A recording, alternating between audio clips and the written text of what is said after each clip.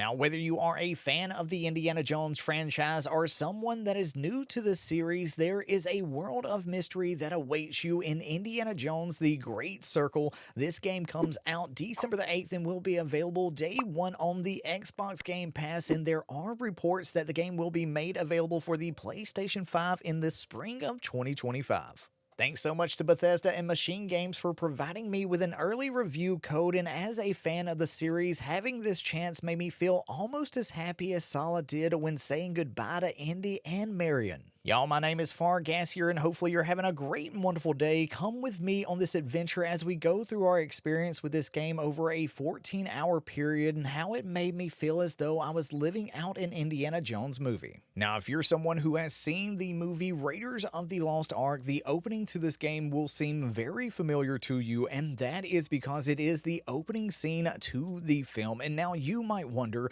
if you need to watch Raiders of the Lost Ark before you play this game, and honestly, I'm 50-50 on this question because while refreshing my memory on the movie hasn't given me any exact information, it has given me context clues as to how Indy is feeling and some Easter eggs put into the game. I won't go into much detail because I don't want to spoil anything, but if you speak multiple languages or you have subtitles on while walking around, you might come across a conversation making a reference to previous adventures that the Doctor has been on. Now, the team let us know that this game picks up directly after the conclusion to the movie Raiders of the Lost Ark, and it happens before the movie The Last Crusade, and this game is supposed to feel like a lost Indiana Jones adventure from the 1980s, and I think they hit the nail right on the head for me and my time in this game. The moment that I picked up a controller and started to play, I was flown to far-off lands and really felt like I was watching an extended director's cut of an Indiana Jones movie.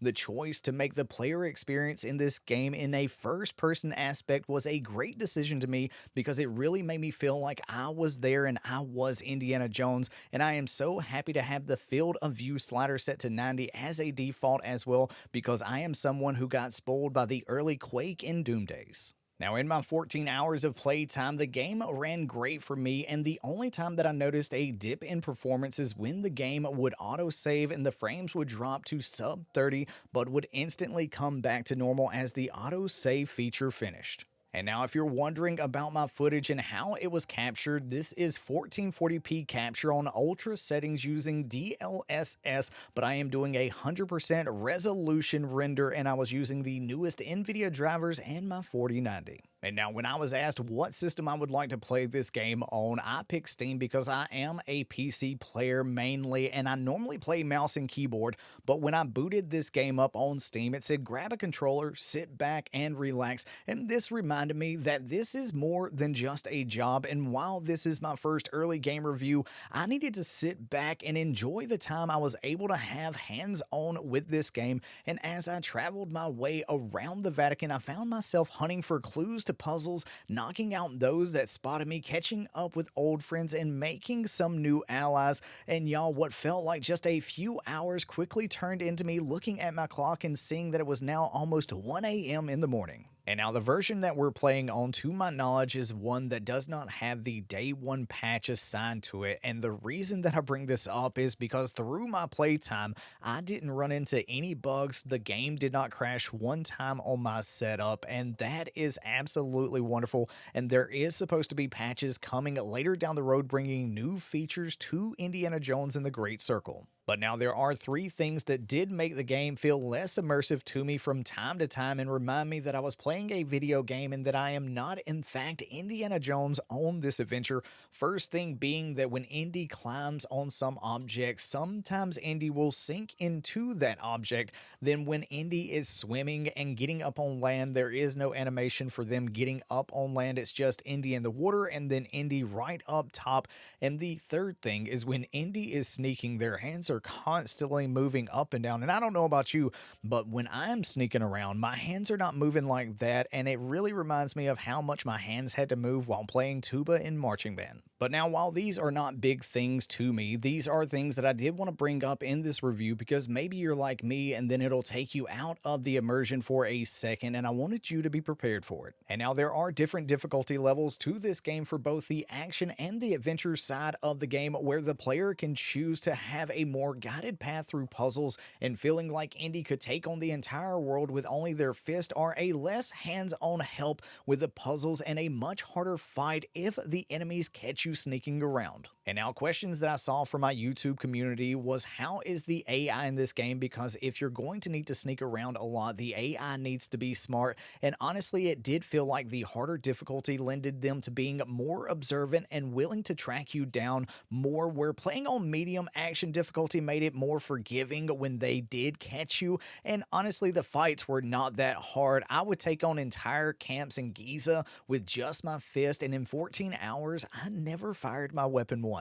But now, in talking about the combat and the combat system, this is something that I think the team did an amazing job with, because the melee fights, the whips, the items that you could pick up off the ground and throw, whether it be an apple, an orange, or you could even pick up a fly swatter and take out an enemy, all of this felt great. The punching, the whip sounds, the whip animations, the blocking, the parrying, the counter, all of these made me feel like I was Indiana Jones inside of a movie. And now, since I never picked up my revolver to fire it, it seems like the enemies didn't care in firing their weapons either. Even if they just saw me take out 10 other guards, they would have a gun in their hand and then walk over, put it up, and then maybe pull out a club if they wanted to try to have an advantage. But it never worked out for them. But I do love this system that if I've got my fist up, the enemies want to fight instead of just firing a weapon.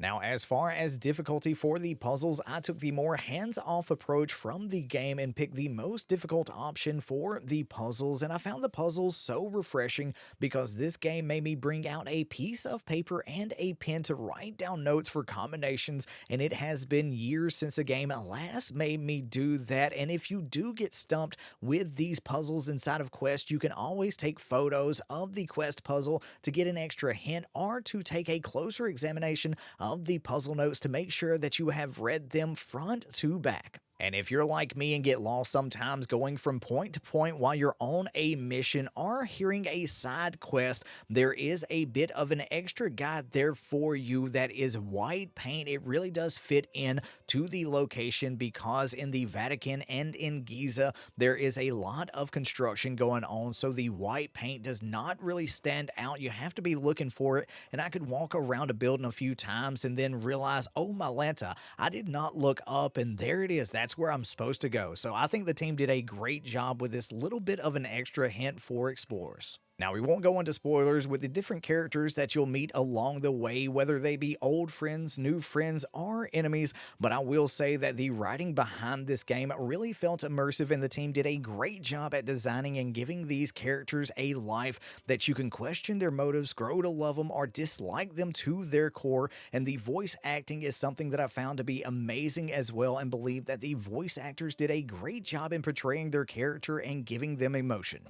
Now, if you're wondering on how to make Indiana Jones more powerful through your adventure, there is a system where you find adventure books in this game and you spend adventure points to unlock the ability that is tied to that book. And now this is a great system that I quickly fell in love with, because it allows the players to tailor their playstyle to this video game. And now there are so many different ways that you can play this game. You can only use the weapons that you find on the ground or on the guards. You can use your whip, you can use fisticuffs, and you can even use your weapon. And this is a system that allows you to go in and do it the way that you want to play the game and be the Indiana Jones version that you want to be. And I do really like that the team chose to make this system the way it is. And now, if you're an individual where the main mission is telling you go to the right and you choose to go to the left because you want to explore more off of the beaten path, this game is definitely going to be the game for you, and it's going to reward you, because you never know where you'll find a priceless artifact that belongs in a museum.